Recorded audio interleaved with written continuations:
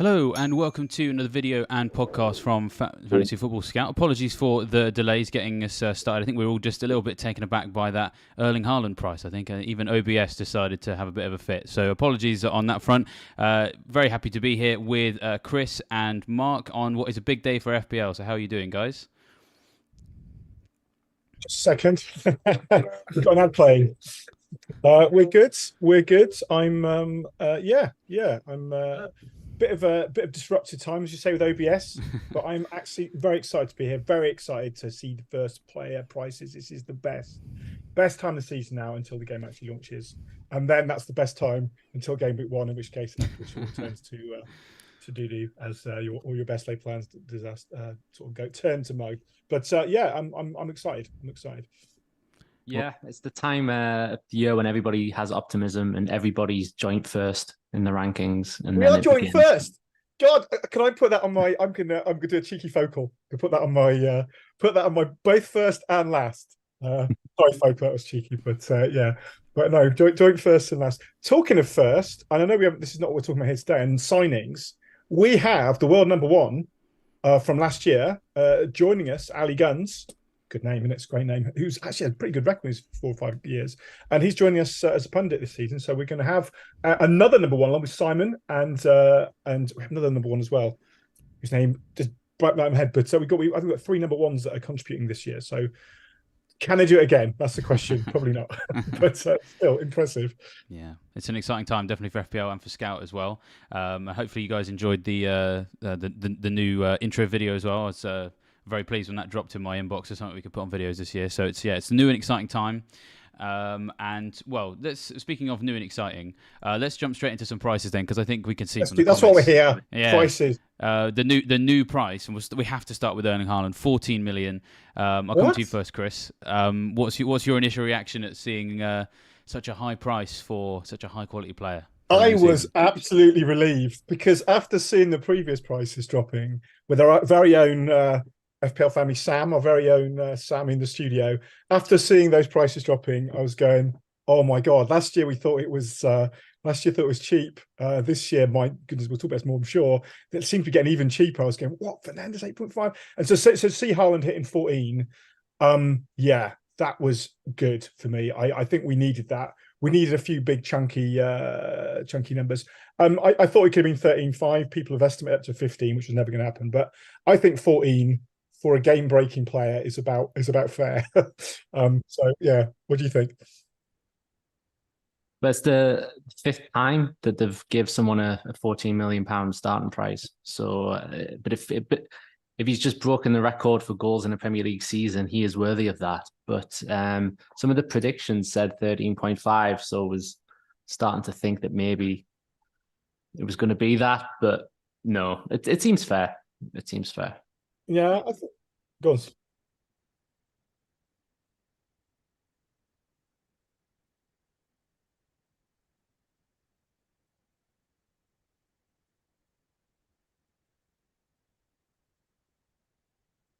Yeah.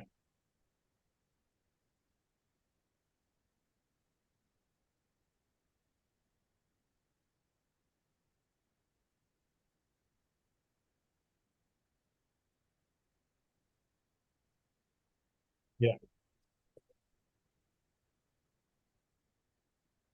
How many teams though do you think are not going to go with the 40 million forward? I imagine that'll be vanishingly small. I still think we'll have an EO of something ludicrous. I mean, I don't know how you can come into this game and not go with Haaland to kick off with. I think City actually have, if I recall, pretty good starting fixtures as well. So they do. Yeah, I put them on the screen actually. The starting fixtures for City are really nice. So it's Burnley away, Newcastle at home, Sheffield United away, Fulham at home, West Ham away, Forest at home, which are just really, really nice fixtures. And it just makes that even harder, to be honest, like to go away from Haaland. I think, to answer your question, do we think anyone's going to go without him? Maybe. I suppose we need to see De Bruyne. We need to see David, De Bruyne. you're mute. You're mute, Oh, mate. yeah, Somehow no, you're muted. I've fixed that. Don't worry. I know I'm back now. I accidentally Okay. muted myself from before. So thank you everyone in the chat for pointing that out. I know it's not bad to have David muted. I know not everyone I hates know. that. Someone said Monday muted is Conversation. someone said Monday muted is Monday in his prime. I'll take that. That's quite funny. But yeah, I think I want to see De Bruyne and I want to see Grealish and I want to see the rest of the City team before I make a final call on how many people I think will go without Haaland, because the fixtures are really nice. And so if you ended up with De Bruyne and Grealish instead of Haaland, like, can you cover him? I don't know. Like, oh, sorry. Why am I saying De Bruyne? He's injured, isn't he? Someone else in that midfield. There's someone else in the attack. We need to see the frame of reference. Because if the gap between Haaland and everybody else is like really, really big, then I mean, the problem as always, though, is the problem is with City, as it's going to be the same this year as it was last year. They'll make some interesting signings. It's still going to be difficult to know who's going to be nailed in that midfield. Is Mahrez going to get the game time? Is Grealish? Grealish was hammering along, doing great, and then suddenly didn't play for the last few games. I mean, fair enough, they won the title, so maybe it didn't matter. But like, I still think the good thing about Haaland is he's going to get enough minutes to do damage.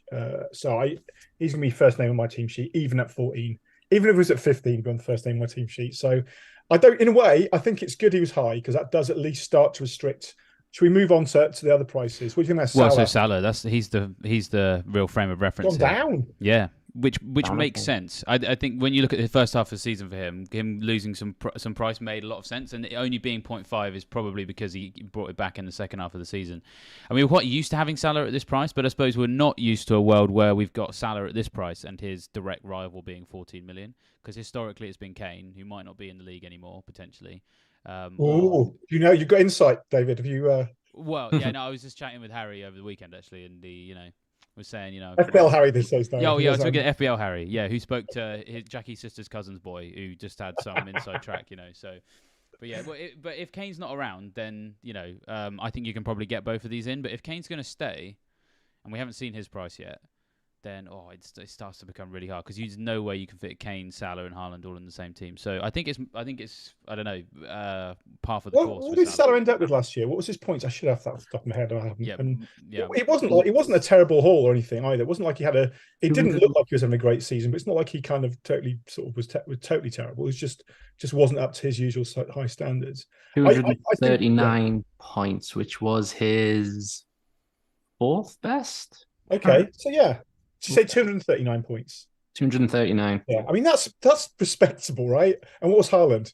Look at you! Look at the stats man Joblings on the case. How many points did Haaland get? Yeah, 272.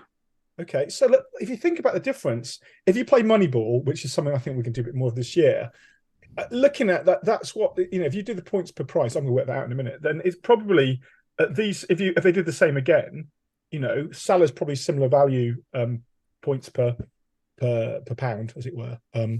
Yeah, I'll have to work that out. My brain is too slow to do it at the moment. But yeah, I think that's like 19 points per million or something for Salah. And then anyway, sorry, I was getting really too detailed, I think. But yeah.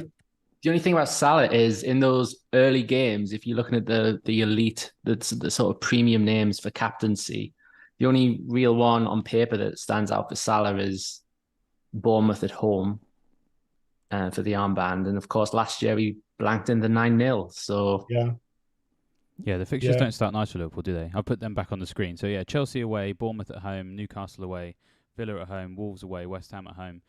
They could be good, but at the same time, they don't leap out at me in the same way the Man City ones do. So Chelsea away, game week 1 could actually be a good game. I actually think that'll be high scoring, because Pochettino will be fresh into Chelsea, and I just I can envisage a world where the improvements he would want to make defensively might not be evident yet. I think Liverpool's defense is also terrible, so I think that's a high scoring game, maybe. Or it's a big game that both teams play cagey and therefore you don't get anything. As you say, the Bournemouth one, who knows? Newcastle away is not a nice fixture. Villa at home, I mean, their defence was really good in the second half of the season, and there were times when we were owning Villa defenders, for example. Wolves actually did a lot better for defence than people realise, because they weren't necessarily always keeping clean sheets, but they had good low XG, so you can see that game being limited to low scoring. West Ham, if they can invest well, which they might be able to with the draw of the Europa League, might be again harder to beat. So they really don't leap out across those first 6, and especially for captaincy as well. So no, I mean the only going to be, I guess, the caveat against that is they are adding quite a lot of fresh talent and potential kind of firepower, creativity. Whether that means that's going to be spread across the team now, these new names coming in, but they are freshening it up a bit, So I don't know, but you're right. Fixtures, maybe Salah's less essential. So what else we got? That's 2 players down. That's what most players. We've got 18 more to talk about. Well, let's talk about Bruno Fernandes because Fernandes 8.5 is he's come in at, and he was I think he was the first one. He was revealed at the same time as Ødegaard, who's also 8.5. It's crazy to think that these 2 players are now at the same price, but actually, when you look at the two, their 2 respective campaigns last time out, it does make a lot of sense, I think. Should we talk about Bruno first? Because there's probably, and I'm saying this from just I'm guessing this, the lowest we've ever seen him. Yeah, when he first came in? I don't know. Maybe the first year he came in, it was probably about a similar sort of price when he first arrived, maybe. But yeah. I mean, I think this is a great price actually. Although I do think the price overall too low, but discuss. But I do think this is a real teaser. These are the sort of prices that make you think this is a great head-to-head option here. You've got, Fernandes started to look a bit more at it at points in the season. What does he end up with? Mark, official keeper of scores. but he what did he get? Points 176. 176. So not it was not a great. It didn't have a great season, but I think that's a very tempting price. I wasn't even bothered. I never got Fernandes. A lot of people getting very excited about him and doubling up and everything, and he didn't really deliver, did he? So I wasn't really that excited about him. I always had Rashford in and Shaw, and that was kind of it really. I didn't really kind of ever go through United at all. So, but I think at this price, and it depends what Rashford's at. This has got to suggest that Rashford's going to be more, I guess. I know we can't speculate too much, but that's kind of the job, isn't it? But where do we think Rashford's going to come? If Fernandes is 8.5 and had a bit of a ropey season, where do you put Rashford? I think you could put him at 9 million, I think. And that's what I'm thinking. Yeah, and then because then you just force in a decision. I mean, off the top of my head, I might go to Mark on this in a second as the fact keeper in terms of his position. One time. But I kind of feel like it would be annoying if he was reclassified as a forward, but not unexpected if he was. I don't know. Where do you stand on that, Mark? Yeah, well, there were certainly times when he was deployed up front, but I think towards the end of the season he was he back on the left again, perhaps? So I don't know if that maybe saves him as a midfielder. But if Rashford goes up front and he's expensive, that's definitely going to be a challenge, isn't it? But if you've got them similar prices, Rashford and Fernandes, that's going to be very interesting. And that's what you want. You want to be posed questions. You don't want to go, yeah, well, obviously we can get that player, and we're obviously going to get that player, and because we can afford it, we're going to get all those players, which is kind of was the worry when after the first few prices kind of came out a little bit, was going, wow, so it's going to be a game we can have everybody we want, which is great. It's for more casual players, that's fun. You can have all the players you want, which is fine. But for the people that's probably not me. The people who kind of know more and really think about it so much more, that then it's less of a game when it's too easy to pick players, isn't it? So I think Fernandes 8.5 is a great price for him. I think based on what he was, I think that's going to make people consider him. Ødegaard 8.5. I don't know. It's good, isn't it? That's exciting, isn't it? Well, speaking of choice, I feel like that just pretty much near as confirms that Martinelli's probably going to be the same price. And then Saka might be 9 million, maybe, just because he was more expensive last season as well. They're all going to be in that same bracket. They could make them all the same. Ødegaard had a great season. Yeah, I'm sure our stats chief, Mark, who will be able to tell us how close the points were, but because I should know that top up. But Arsenal have got a great start to the season looking at fixtures, right? They start Forest at home. There's goals in that. Palace away, Fulham, United. Okay, that could be challenging, but and then Everton away, which would be a very difficult match, obviously for them. Probably their hardest. But if that's a great start to the season for Arsenal. If they could capture the form they had at the start of last season, and some of the players are buying as well. I'm not necessarily convinced about Havertz. I think he's a great talented player. I don't know whether that's solving a problem for them, but yeah. But what do you think? I mean, how many Arsenal would you be looking to go? If they're all about 8-5, you can't get all of them. But yeah, I think you go one. Going two. I think you have to go. Well, yeah, I've just put the fixtures back on the screen. Forest at home, Palace away, Fulham at home, Man United at home, Everton away, Spurs at home. And the only two games from that look challenging really are United at home and Spurs at home, but they're at home. North London derbies are typically high scoring, and United still have a stinker in their locker. We've also, with the 7-0 at Anfield, for example. So it's a really nice set of fixtures. I think you probably want two attackers, but can you fit them in? That's the question. And then also the other challenge is which ones do you go for? Because I think we're going to have an even harder discussion this season, because last season it was who do you go for, but it was okay because you could probably get away with having three if you wanted, because they were 6.5 and then I think I had them all at different times, but not all together. It was a bit of a. I had such a merry-go-round with them, and it was really frustrating because sometimes I had the wrong two of. You'd always pick the wrong one, right? You'd have Martinelli when he just decided to stop playing, and then you get him out and bring Saka, and then Martinelli would fly for the end of the season. But I just got to say, interrupting with newsflash, we've had 4 prices revealed from Luton. Yes, I know that's probably not going to change the shape of anybody's team drastically. No offense to Hatters fans, but we've got 4 prices on the Luton page. Do you want me to read them out? Yeah, go for it. Yeah, go for it. On Twitter. So I'm going to marmalise their names. So I'm going to take my glasses off. That's how old I am. We've got Adebayo forward at 5 million. We've got Osho, defender at 4.5. Bell, another defender at 4, and Clark in the midfield at 5. So hardly a massive surprise, right? 4s to 5s for a promoted side. Probably not going to shake anything up too much, but that has just come out. I know the plan is now for the clubs to be releasing prices all throughout today, tomorrow, and potentially Wednesday. Exactly the timing of that, we're not entirely sure. But Luton have broken ranks, or have probably done what they're supposed to do, and they've gone first. So it's Luton up. Luton, the first time, and the last time Luton are going to be top.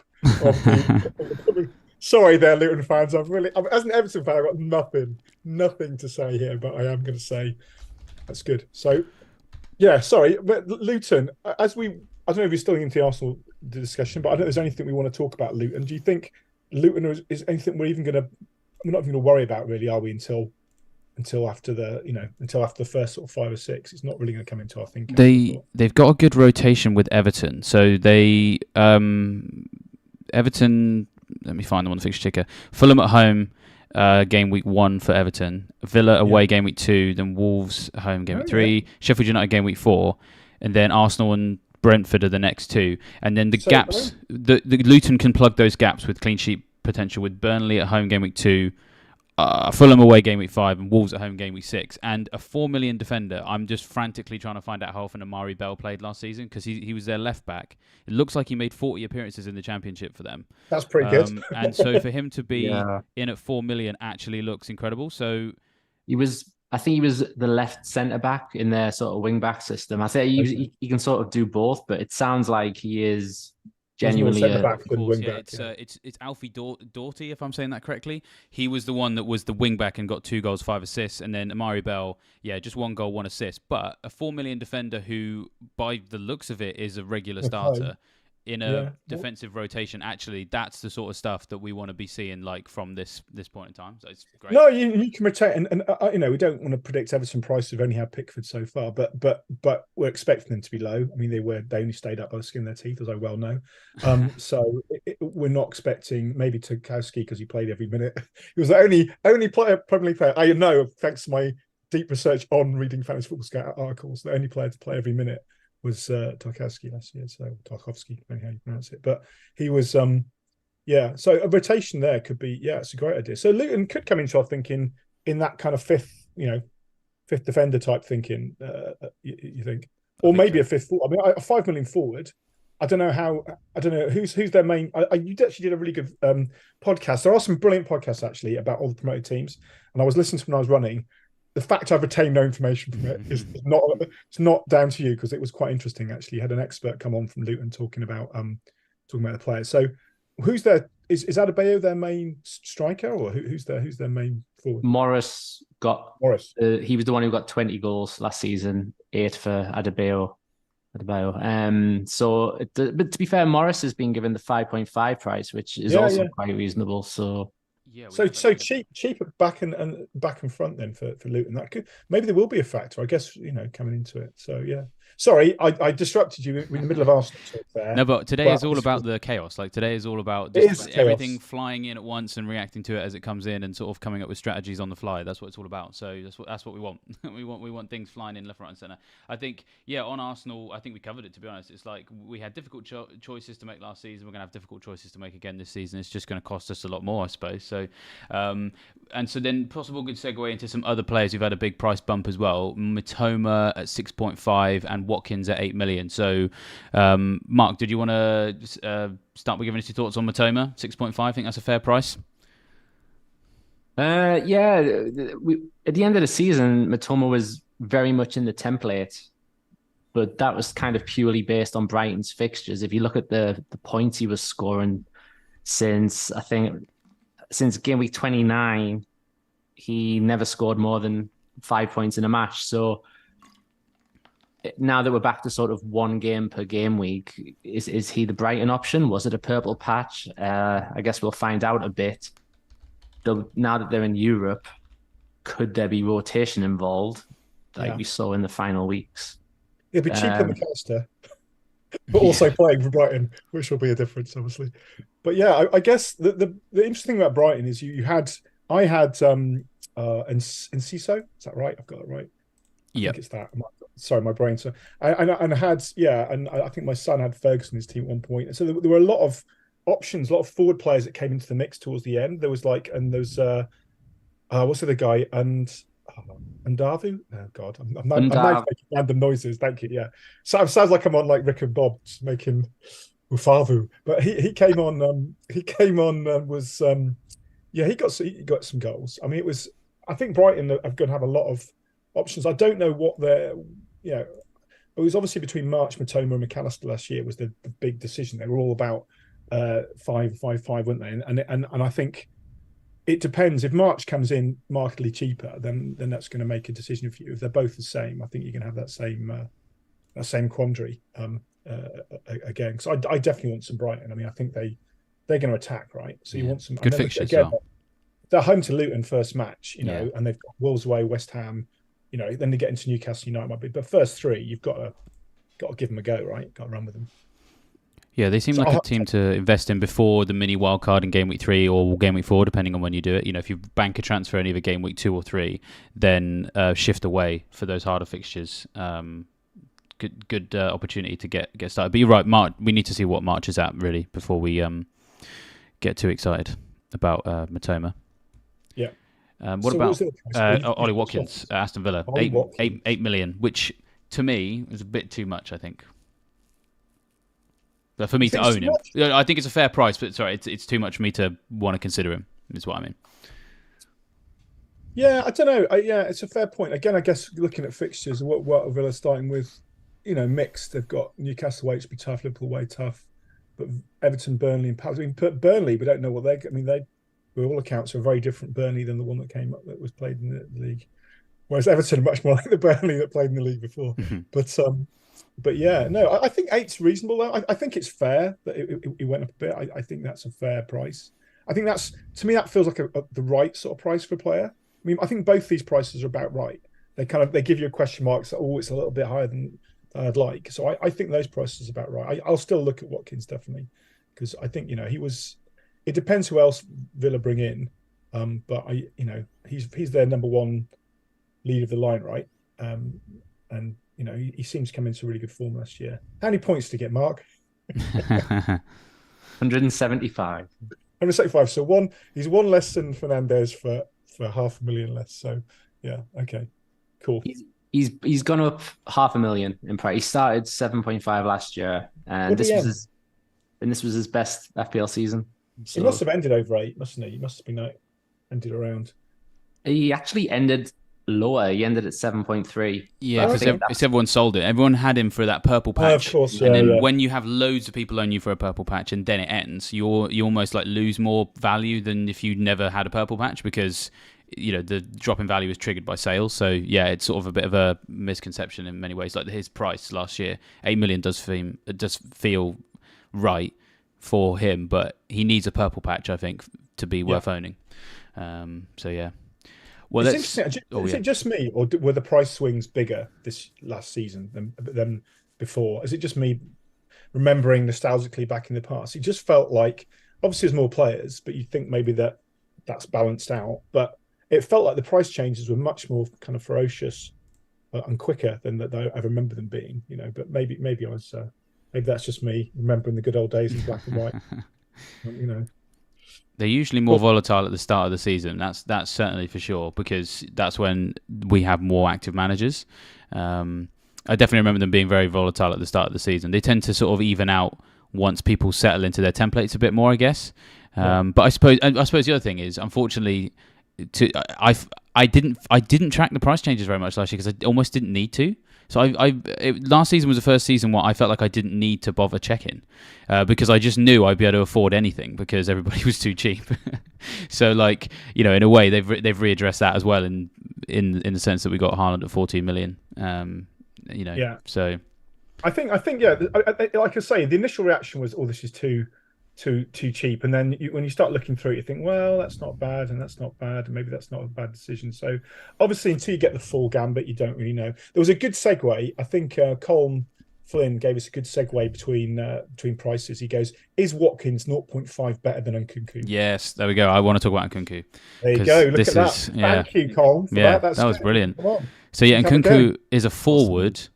He's 7.5 million. So I like this and I dislike this in equal measure. 7.5 is a fantastic price because I think he is going to have a good season. If you haven't had a chance to check out the scout report on him, either on the YouTube channel, on the podcast platforms, or on the website, go check it out because he looks super exciting for the season. But I'm a bit disappointed he's a forward because I don't think he's going to play number 9 for Chelsea because all the indication from the press seems to be that he's going to play in a more attacking midfield role, which is probably where he's better used off. So he might be reverse out of position. And he might still get us what we want. Because I still think he's going to have a good season, but he's not going to be playing centre forward, and it sometimes puts you off owning him. I don't know. That's where I'm at. But the price is lovely. What do you guys think? Yeah, I mean, that's the sort of price you're going to take. I mean, Chelsea was obviously massively inconsistent last season, and it started off well and then all over the place, and it didn't. Frank Lampard did as good a job at Chelsea as he did at Everton. Discuss. But I think, I think there obviously there's going to be huge changes this year in the Chelsea side, right? There's going to be massive. They've shipped out a lot of players. A lot of them seem to have gone to Saudi Arabia. Must be they like the weather. That's the only reason I can think they're going there because it's a nice climate, right? But yeah, Chelsea got good fixtures. I mean, Liverpool at the start, anything could happen in that game, and they could put out any side. We've got no idea. West Ham away could be all right. It's a London club. Then we've got Luton, Forest, and Bournemouth. So maybe it's one of those wait and sees the first couple of games to see how they actually line up. But I'm going to be much more interested in Chelsea this year. I don't think they'll be as bad again. Put it that way. I think they spend a lot of money. I'm going to be all over people like Reece James, depending on cost and looking at Chilwell and all that sort of shenanigans. And yeah, maybe a bit of a punt on Nkunku. Yeah, I was going I'm going to get the name right one of these times. I was going to be wait and see as well, but then the fixtures are good from the start. So I almost wish they had a bad start so we could just see what Pochettino's lineup looks like. I was writing the scout report on site for Nicholas Jackson the other day, and he had a fantastic season at Villarreal, but is he going to be their starting striker, or is he still a bit unproven? Is he going to be eased in? Questions like that might affect how Nkunku. Also, if Chelsea do buy another striker, but there's just so many questions. They barely scored last season. I don't think any team was involved in fewer goals overall. So Everton almost certainly were. I think Everton, maybe Wolves. I don't know. But to be in the conversation with those two teams, of course, is that's shameful company. Yeah, praise to be that sort of company. I think the point is someone's raised in the chat that Nkunku's definitely not a striker. So yeah, like you said, David, that's exactly what you said. That could well be an out of position. You're playing for forward. He's not playing as a forward. But also that. And then there's a question, someone else saying that he's definitely half, he should be the same price as Watkins and he's definitely not, worse than Watkins. But actually, we've not seen him play in the Premier League. We've not seen him play in a Chelsea side. With Watkins, we know he can score in the Premier League. We know, Villa can get anywhere near the sort of form they kind of ended last year with. Then, Watkins is a really decent option. So I think it's easy to say, oh, this player's better. But like, how many times have players come from overseas and just not made the grade, especially at Chelsea, and especially from the Bundesliga. Werner, and Havertz as well. Havertz now at Arsenal. So I think the one thing that is quite useful this season, which we haven't normally had before, which could help with Chelsea, is because Mark is right. There are a ton of questions. The pre-season this year, I think, could be the most useful pre-season ever, because it's being pushed really hard commercially, and there's a lot of teams playing other big teams in really high profile games, which I think will probably just put that little bit of extra pressure for managers to play stronger teams. A lot of preseason, sometimes we see them try and give a load of minutes to people who aren't even in the game, just because they maybe didn't want to rush this person back, or they wanted to give the youth a chance or something like that. The sheer volume of matches between Premier League teams and other Premier League teams, some Premier League teams playing like Madrid, Barcelona, I'd be very surprised if we saw like extensive usage of fringe players in a lot of these games. So it should hopefully give us an idea of where Nkunku is going to play, how well he's going to fit into the system, and just how well he's just going to just be suited to playing for an English team, all these different kinds of things, and playing under Pochettino, new manager, etc., etc. We hopefully will have more information to help us analyse that than ever before, that we can actually give a weighting to. Because sometimes when you look at pre-season fixtures, you can go, oh, well, it was only pre-season. They were only playing Reading, someone terrible, or Plymouth Argyle or whatever. So I think Everton have got basically, we'll probably lose a lot of pre-season games. They're all against people nearby. Obviously, our budget has been cut for everything, including travel. Got to pay for this new stadium. But yeah, it's interesting. You should be like a pundit for the people covering this. The most useful pre-season ever. It'll be a whole new Sky's super interesting Thursday. So lots of debate actually between Jackson. Miss Jackson and Nkunku about who's going to be most interesting at Chelsea. And there's bizarrely, it's gone to a conversation about how good their English is, which I guess is important for settling into the country. Mm-hmm.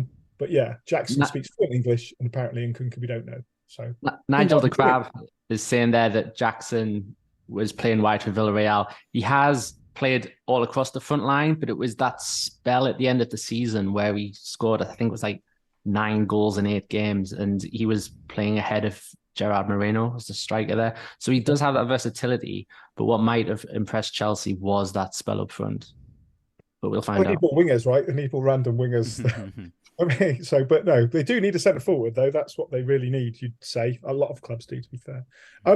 Let's move on then. So I was going to say, let's go for Mbeumo. Let's go. Let's do Mbeumo, because we talked about players who switch position, or not switch position. We think Nkunku's not a striker, right? Mbeumo is back as a midfielder, but he's probably going to play up front because he's going to have to, because we're not going to have Ivan Toney until January. So 6.5 million for him. I think he's going to go straight into my first draft. I think Mbeumo. What about you guys? Yeah, I like him. I like him. But yeah, I mean, he was one of those players that I owned last season, not the season before last, rather. When he was the master at hitting the post. He was that player that was, he was quite affordable, and he got into goal scoring positions and he hit the woodwork. I think he hit the woodwork more than any other player in the Premier League or something. So it was one of those like, no, you're so close, but not. So I had him for a bit of that season, and then last season, especially when Toney moved on, he started to pick up the mantle and deliver. So. Yeah, I think that could be an option. In a way, moving into midfield probably isn't ideal for a lot of people, though. I sense there's going to be a lot of options in midfield, and that, in a way, that's maybe filling up a cheap forward slot might have been a better fit for most FPL teams than a midfield slot. I don't know, what do you think, Mark? Yeah, I think the initial reaction, a potential out of position classification is exciting, but it did sort of mentally have him as the striker alongside Haaland, so that's going to be a rethink now. That he was 6th amongst all forwards last season, so that burst of form at the end, which coincided with Tony's absence, was really impressive. And yeah, like if he's playing up front but as class as a midfielder, possibly on penalties, He just ticks so many boxes. Is he their penalty taker now? I guess it was always Tony before, so I don't know. I don't know whether they've got like a specialist. That sort of information will be on Fantasy Football Scout somewhere, no doubt. We do list all the free kick takers and stuff. I think we provide it to various people, but yeah, we do definitely list it. So okay, cool.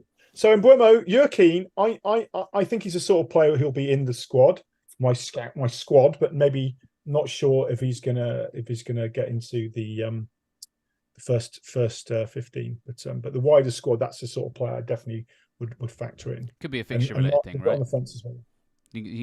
Eze. Oh, Eze. Oh, yeah, sorry. Eze is a good shout as well, actually. Because, they're the same price. They got revealed at the same time. I think I still prefer Mbeumo, to be honest. Like, I really like Eze. But I can't get past the out of position. Like, I just feel like Mbeumo is going to be more central to everything that Brentford do.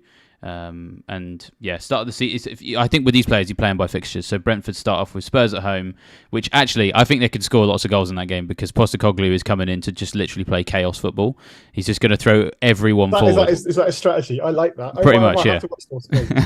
Well, chaos football, I like that sort of thing. Well, so yeah, if you haven't had a chance to watch the scout report on him as well, there's another one on the channel which will give you like more insight into what his playing style is, and he's very much just attack, and he'd much rather win a game 5-4 than win it 1-0 by playing boring sideways football. So I think people will score goals against Spurs. So Mbeumo game week 1 against Spurs doesn't put me off, but then Fulham away, Palace at home, Bournemouth at home versus Palace, Sheffield United away, that's nice, but then Arsenal at home, Brentford away, Wolves at home, Villa away. So between the two, it's still Mbeumo for me because he's out of position. I mean, not that there's going to be more players in this bracket, but in terms of they've been revealed at the same time, same price, same position, and Mbeumo's out of position, got nicer fixtures. That's these kind of players I tend to go via fixtures for. So, but I don't know, unless you guys feel strongly differently on Eze, what do you think?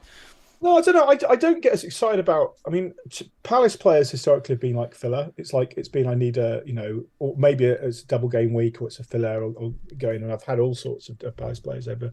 I've been trolled by your main man a number of times over the years. But I think Eze, I don't know, like they seem to shuffle around a bit. What is the story with Palace? Because I've not followed everything this summer so far. I've been lots of things, but I'm not quite sure where. Is Hodgson definitely out, or is he steady staying? They've confirmed him today. To stay? Yeah. And I think that's a smart move. I love Roy. It's like having your friendly your granddad or your friendly uncle still playing. No, that's. I mean, he did such an incredible job. I mean, I thought Vieira was bold and changed things around a little bit, but they were in trouble. As an Everton fan, I was cleanly looking at Palace dropping points as one of the people you want to be in the mire with you, and then they shot out. So does that mean do you think well, they scored goals, didn't they? I mean, I say maybe is they've got Sheffield United away, but then it's Arsenal and Brentford and Wolves at home. I don't know. Maybe Eze is one of those to bear in mind. I guess it depends on the prices of those around him. Do you think Zaha's ever going to move? Because He's had his options, hasn't he? And he's never quite done it. And I guess he's kind of getting towards that last chance to get a move. But he wasn't exactly prolific last year, was he? I know he's off injured a bit as well. But anyway, I'm not that. Yeah, I don't really know what's happening with him. He could be one of these players who's going to Saudi Arabia, right? I feel like I've seen reports suggesting that could happen. All right. Demarai Gray again. Also. We're desperate for that to happen, not because he's got a great player, but we desperately need some money. We can get like 20 mil back from the kind of one we paid or something. That would be an incredible bit of business. Well, it's a decent segue, by the way, to talk about Everton, because we've also got some goalies to talk about, of which Pickford at 4.5. I knew I'd get in eventually. There we go. England's number one. Criminally underpriced, I think. But yeah. But good price in my opinion, just because like that rotation we talked about possibly with Luton, 4.5 million Everton goalkeeper, but also Leno looks like quite a good one as well because these were the second and third highest for saves last season. I think these two they were saying on the video. So what do you guys think? They're good price. I think Fulham and Everton don't look too bad in the first 5 or 6 rotation. I as an Everton fan, obviously I'm expecting dour, low-scoring football for the next season. So, which I'd probably prefer to what we had before, which was not really any sort of structure at all. So, I think it's. I'm probably going to be looking there. It depends who else is in the 4.5 bracket, but we've got a decent start for Pickford this season. Fulham home, Wolves home, Sheffield United away. Yeah, okay, we've got Villa and Arsenal, but literally some of those, like you say, rotation pairs. I think we will keep some clean sheets. I think we'll, Dyche isn't going to suddenly turn into this, attacking manager, and we did keep it tight for a lot of the games, even against some of the bigger sides. So I think that's a good price. I think he'll be in my thinking definitely. I don't know. What do you think, Mark? Are you thinking Pickford? Are you thinking a 4.5, or do you go for a big beefy goalkeeper? 4.5 would be the aim, of course. It depends if any of the appealing ones are. Pickford was third for saves and for save points last season, so that could keep him ticking along. Yeah, it just depends what the others are, because David Raya last season was just brilliant. 4.5. He was my keeper most season. He was brilliant. Yeah, exactly what you want, really. Is that confirmed? Going, because he was supposed to be going, or he's going, but it's still rumbling on, isn't it? Which actually could be really good. So when we did the scout reports on Flecken going to Brentford, we both in the article and the video, the view very much was the best timing here is for Raya to stay at Brentford and then the game launches, because he has to be 5 million, and then that would mean Flecken. And I always forget the name of the other one. Strakosha, that's it. Would have to be 4.5s, because they would have to, because clearly they would be the second and third choice in a world where Raya stays, right? And then game launch, Raya leaves, and then you've got two 4.5s at Brentford, because the Brentford goalie is just tailor-made to hit that sweet spot for clean sheets, saves, bonuses, and things like that, because they're not just there to make saves, they're there to pass the ball around and be a distributor. And Flecken has come in with similar underlying stats in where he was before to Raya. So he could slot straight in and he could make as many saves, as many clean sheets, and as many bonus points. But we just want him to be 4.5. So if they could just launch the game before Raya leaves Brentford, that would be really nice. That would be perfect. Somebody asked in the chat actually about when they expect the game to launch. I think we don't know. We don't know exactly. I think they've said there's 3 days of team player reveals. So what that means in terms of how this pans out, and somebody else was asking when the next team reveals. I don't know. I think last year it was like every half hour, or it might have been every hour. I don't know. I think it was. Maybe I do know, because I did a live stream, because I was on there for about 7 hours, so hell of a lot of that. But I think it was about every half hour last year. So I don't know if they're doing the same or not. But they're saying 3 days in their official tweet. They said, or their story, they said 3 days team reveals, and you'd expect then the game to launch sometime after that. So this week they did say, and all the rumors were this week. I think when that United leak came out. So yeah, you'd expect that to happen. I don't know, Wednesday, Thursday, Friday this week. Maybe not on Friday, I don't know. But usually it's been Wednesday or Thursday. I think they've launched it. So I expect it'll come this week. But you never know. There's all sorts of reasons why. There's all sorts of plans made, and there's all sorts of reasons things get delayed. I don't know, tech projects. Tell me about it. But yeah. Should we talk about Newcastle now, because we've got Trippier at 6.5, and so he got revealed at the same time as Paqueta at 6 mil, which I think I'll speak for most people when I say there's not that much interest in Paqueta. Wasn't it? It's like, okay. But 6.5 for Trippier feels fair enough. I think that's what I was personally expecting. But I think it's too much for me to have him in my team. What do you guys think? Go on, Mark. Yeah, I think yes. As a fan, when the fixtures came out, that was the first sort of sign that it's probably not going to happen, because Newcastle have a really tough start, and also the way that clean sheets dropped off towards the end of last season. There was a fantastic run just before the World Cup break and sort of the first month after the World Cup break, but then goals were a lot more frequent at both ends of the pitch, but that wasn't great for Trippier, really. So that plus the price rise, I think that's probably going to be a player that I'm going to avoid. But of course, Tonali is signed today as well for Newcastle, and I think he's quite a good set piece taker. So that also takes away, yeah. So that also removes a little bit more of appeal. So People were very excited about Tonali, weren't they? I must admit, I'm not. I'm not. It's not so much known to me. What's his kind of set pieces? Where's he play? Where's he fit in? Where's he play? Sorry. Oh yeah. Well, it seems to be.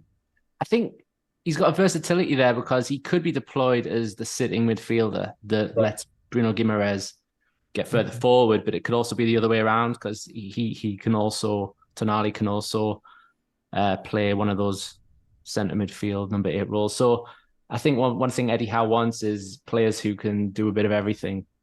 Yeah. And he takes that, and he's good at corners. I think for the Italy under 21s, he assisted a couple from set. If he's going to challenge for corners, like you say, towards the end of last season, they went from being really tight and winning the 1-2-0 to kind of being more all-out attack, and that the defensive returns just weren't there. Trippier was still. You were more hoping to get a assist from Trippier than the clean sheet. I mean, he did deliver a few, but yeah.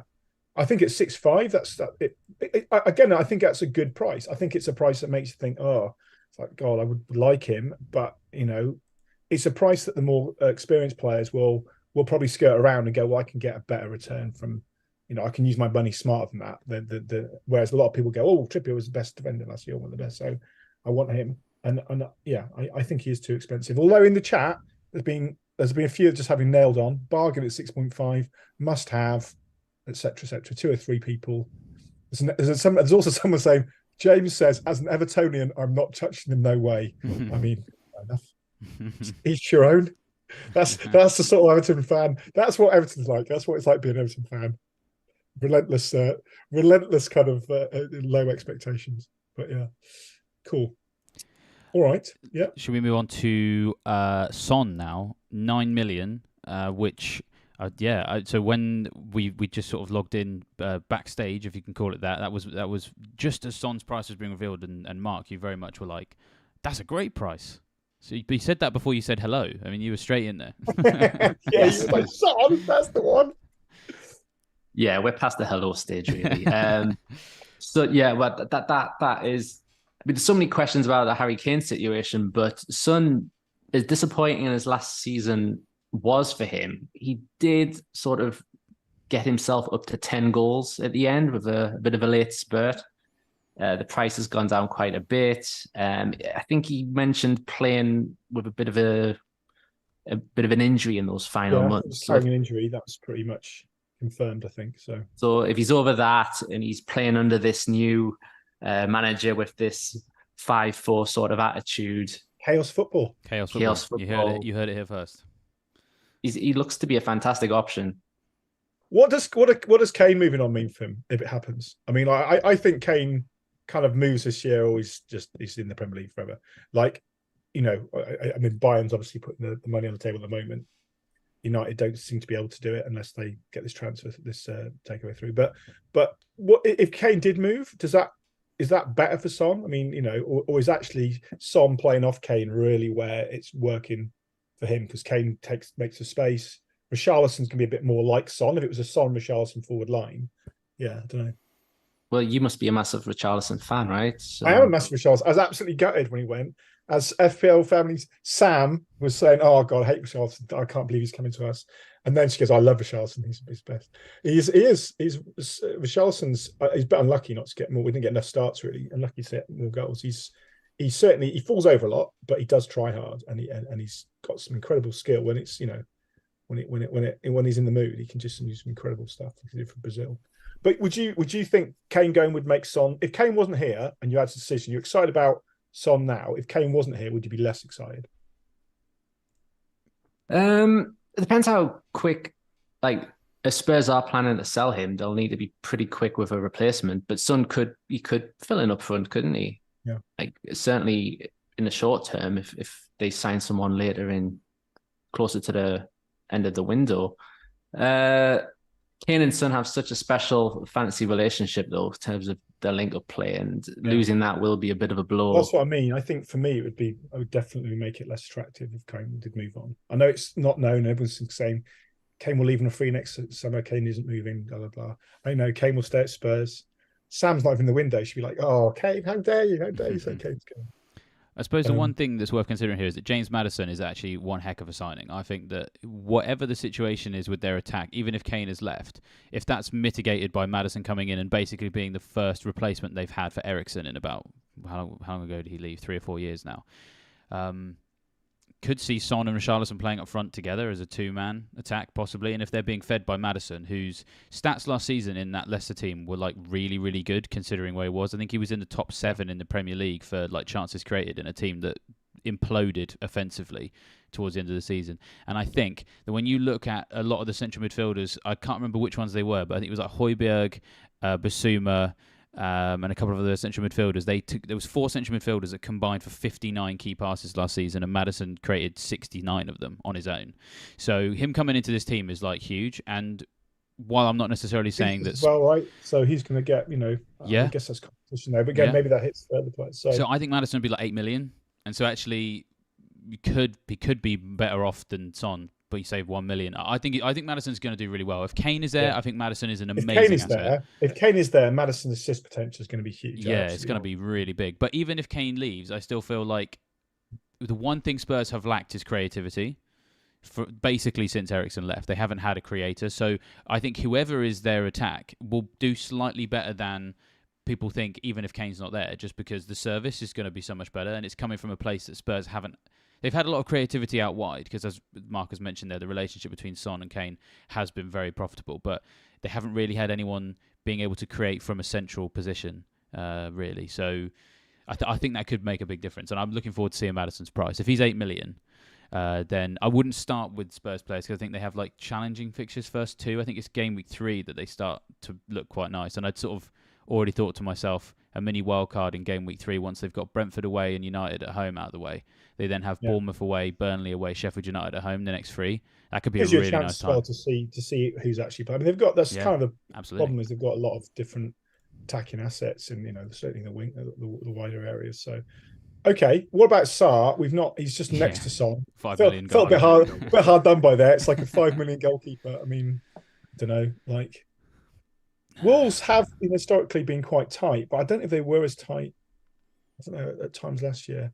I don't know. I don't think anyone's going to get too excited about that. There's mild improvement towards the end of the season, but 5 million is just the wrong price. Because I don't know. What do you think, Mark? Would you pay 5 million for a Wolves goalie? No, straight in. Good. But they did keep a few home clean sheets near the end, but then they would go away and lose 6-0 to Brighton and lose 5-0 at Arsenal. So I just wouldn't. They're okay at home, and so therefore, if you're thinking they're only good half the time, you want them to be 4.5. Although that said, Sarr had a really, really personally bad end of the season, like really bad. And so if he's had a bad enough end of the season that maybe he loses his starting place, then maybe we get a 4.5, and then maybe they're more palatable. But I think there's possibly more interest in the last 2 names, which is Gibbs White and Benson. Yes, it is the last 2, the final 2. Yeah, the final. We've got about 10 minutes left of the stream, I think. That's right. Yeah.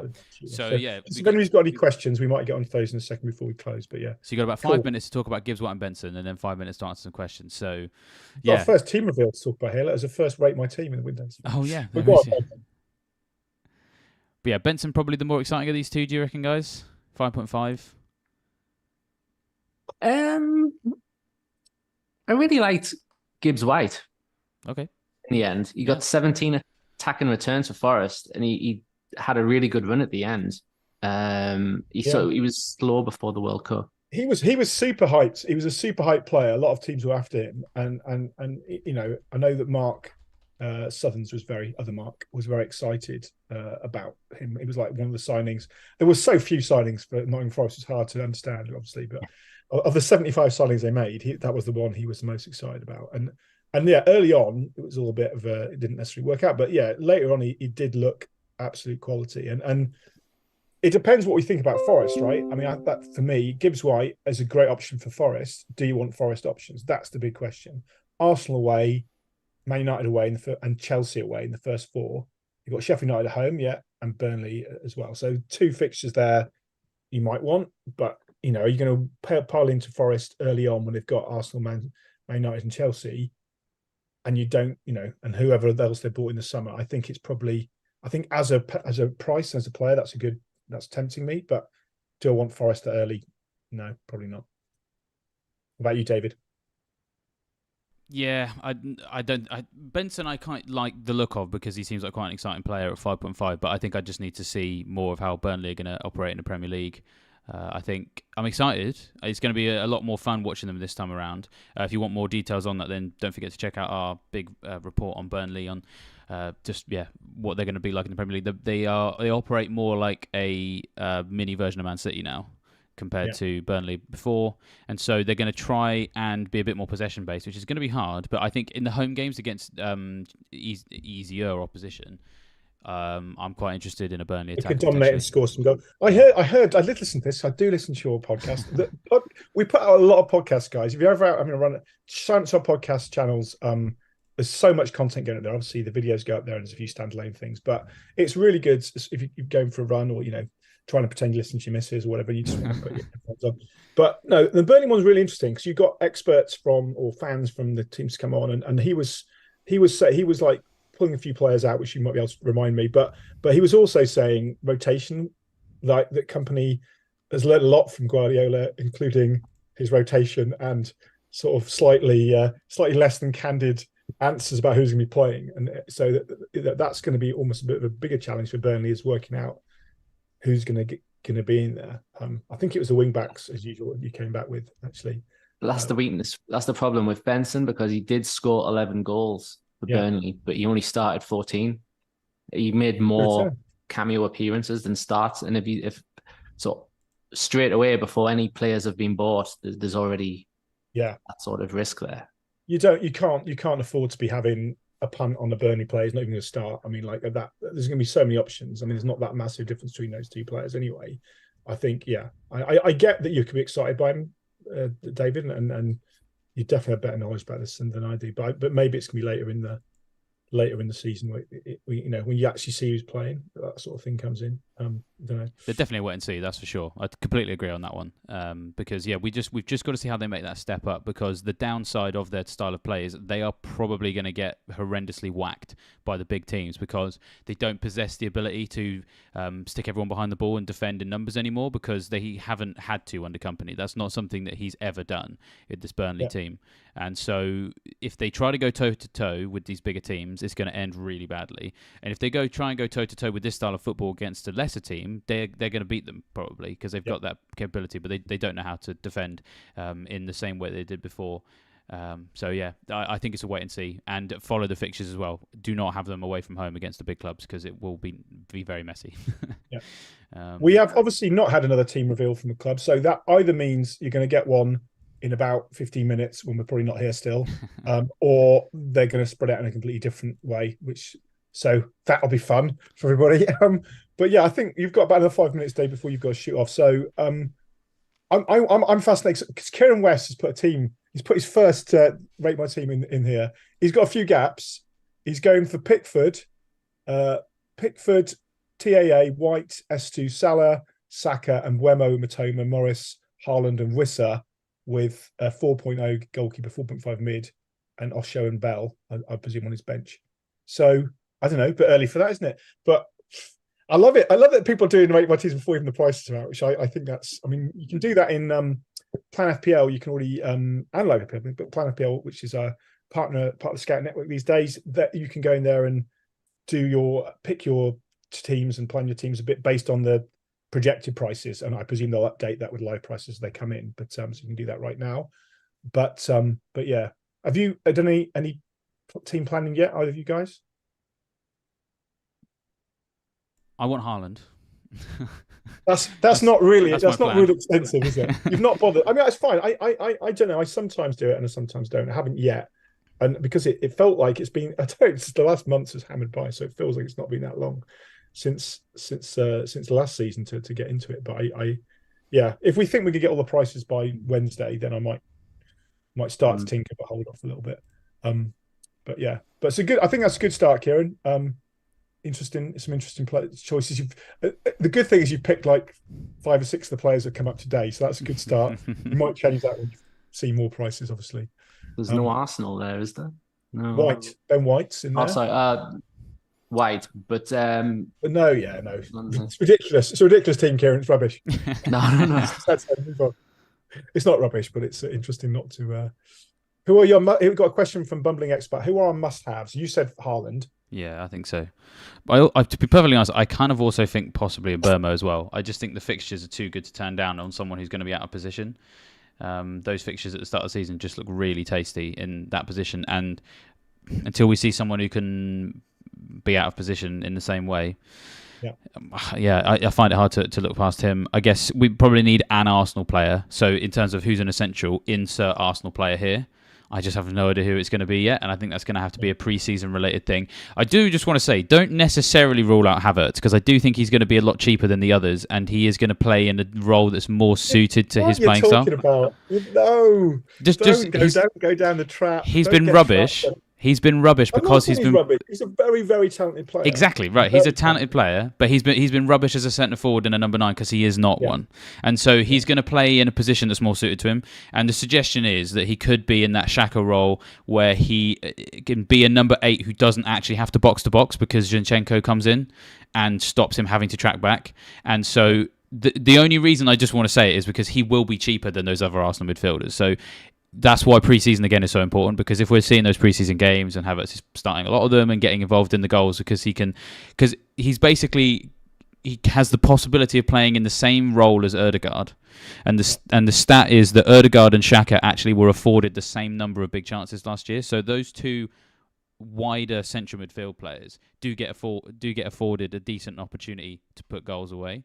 So it's just the price. If Havertz comes in and he's the same price as all the others, then absolutely not. But if he's like $1.5 million cheaper, which he could be because he's not been very good in FPL.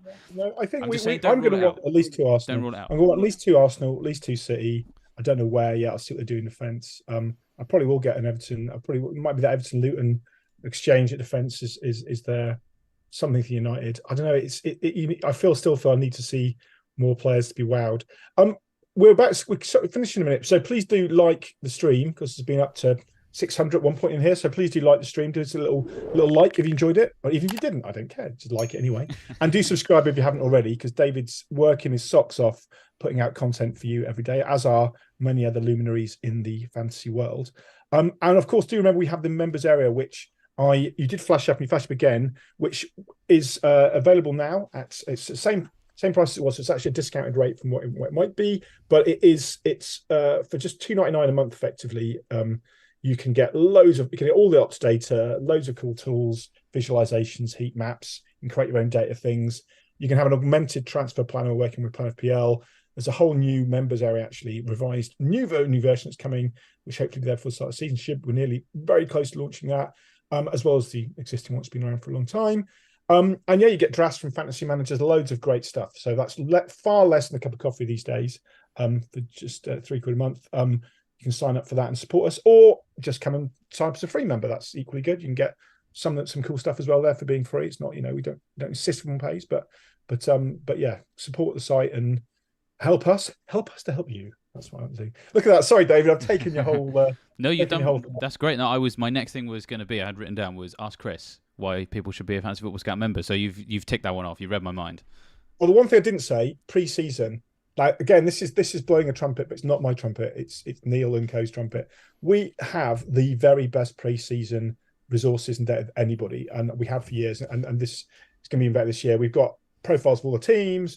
Every match, certainly for the premium members, you'll be able to track all the minutes and the goals assist of every game, which you can't really get anywhere in one place, all those friendlies, because it's not in FPL, it's not in any other sites.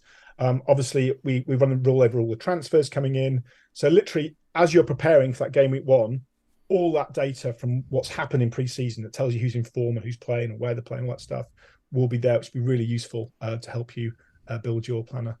Thank you very much, Joseph. I hope you enjoy it. But yeah, we're gonna be adding loads of stuff this season. So thank you so much, Joseph. Really appreciate that. Yes. Sorry, David, I've got it again. I can't help it. I don't get on TV much on the YouTubes, so it's I got to take my take my moment. Do you want to say hi to any family members who might be watching, or? Yeah, I Dad. No. It's yeah. I'll shout out for my son. Northwoods United FC. Sorry, I won't do that. There we are. No, we had to get that in.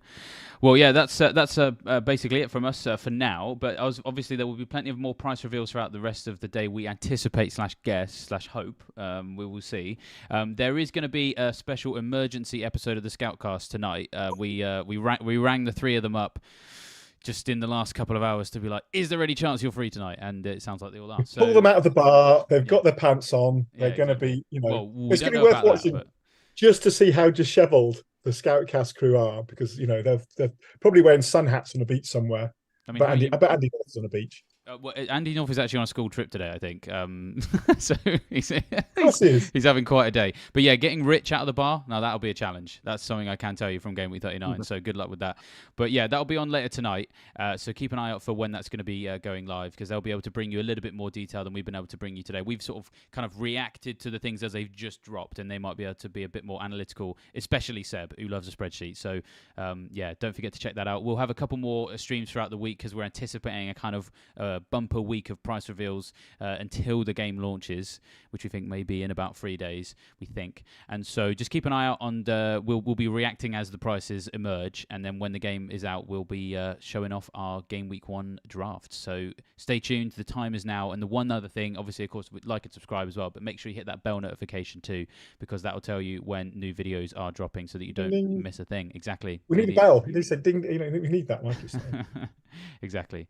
But yeah, that's everything for me. Anything else from you guys you want to add, or are we all about wrapped up? I think that's it. I think that's all. Oh, one thing to say: if you haven't signed up to FPL, you're gone through and re-signed up. You've just got to go through security checks and check that you'll do it now, because one thing you want to do is get in as early as possible to get a team number, because not only is it cool and easier to remember things you got, but the lower, if it ever gets down to a tie break, the lower team ID would be the deciding factor. I believe that certainly used to be the case. If that's not the case anymore, I apologise, but I think it is still a factor. So yeah, get in there so you're ready to poised to try and get a low team number. I got one in the 2000s once, but I think it's like 26,000 last year. But I'm going to try and get in there, getting ahead of the 12 million other people will be coming in.